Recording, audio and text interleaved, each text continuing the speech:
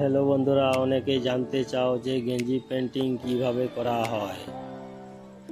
তো দেখতে পাচ্ছ প্রথমত আমি গেঞ্জির রং ঘাটছি।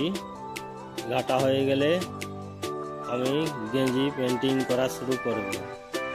তো আপাতত আমার রং ঘাটা হয়ে গেছে, এরপর গেঞ্জি পেন্টিং আমি শুরু করছি। প্রথমত হোয়াইট কালার মারা হয়ে গেছে, তো এটা একবার মারা হয়েছে, এর পরের বার আর একবার মারব। তো এটা দেখতে পাচ্ছেন যে আরেকবার মারছে, দুবার মারতে হবে হোয়াইট কালার। দুবার মারার পর ভালো করে গেঞ্জিটাকে শুকিয়ে নিতে হবে। তো এই যে দেখতে পাচ্ছেন উপরে পাখা আমার ঘুরছে, এই পাখার কারণে আমার গেঞ্জির কালারটা শুকিয়ে যাচ্ছে। শুকায় যাওয়ার পর আবার একটা ডিজাইন ছাড়া হবে।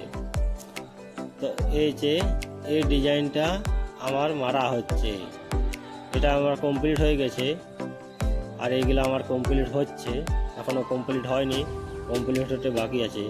তার আগে আমি একটা রং করে নিচ্ছি পরের ডিজাইনের। এই ডিজাইনটা মারা হবে এরপর। তো দেখতে থাকো ভিডিওটা পুরো, যে আমি কীভাবে রং করছি, কীভাবে ডিজাইনে মারা হচ্ছে। তাহলে এই ভিডিওটার মাধ্যমে সব কিছু বুঝতে পারবে যে কীভাবে গেঞ্জি পেন্টিং করা হয়। ঠিক এরকমভাবে গেঞ্জি পেন্টিং করা হয়। আমরা তো অনেকেই পড়ি গেঞ্জি, কিন্তু কীভাবে পেন্টিং হয় সেটা অনেকেই জানি না।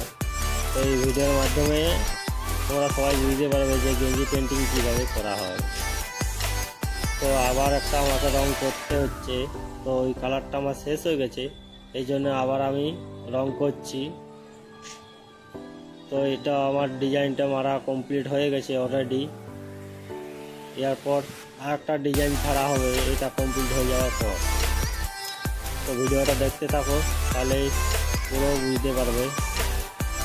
তো ভিডিওটা ভালো লাগলে শেয়ার করে দেবেন বন্ধুরা।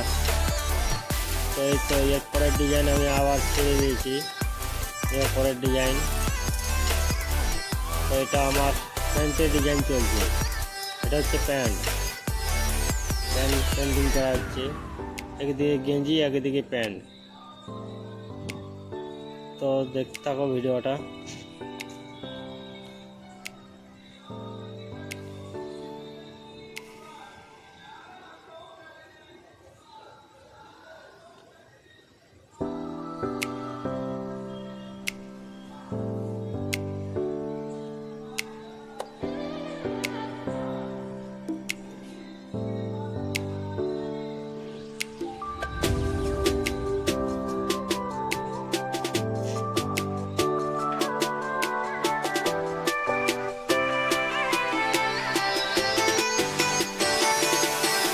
দেখতে পাচ্ছ গেঞ্জি পাতা আছে, এখানে হোয়াইট কালার ডিজাইন মারাই কমপ্লিট হয়েছে।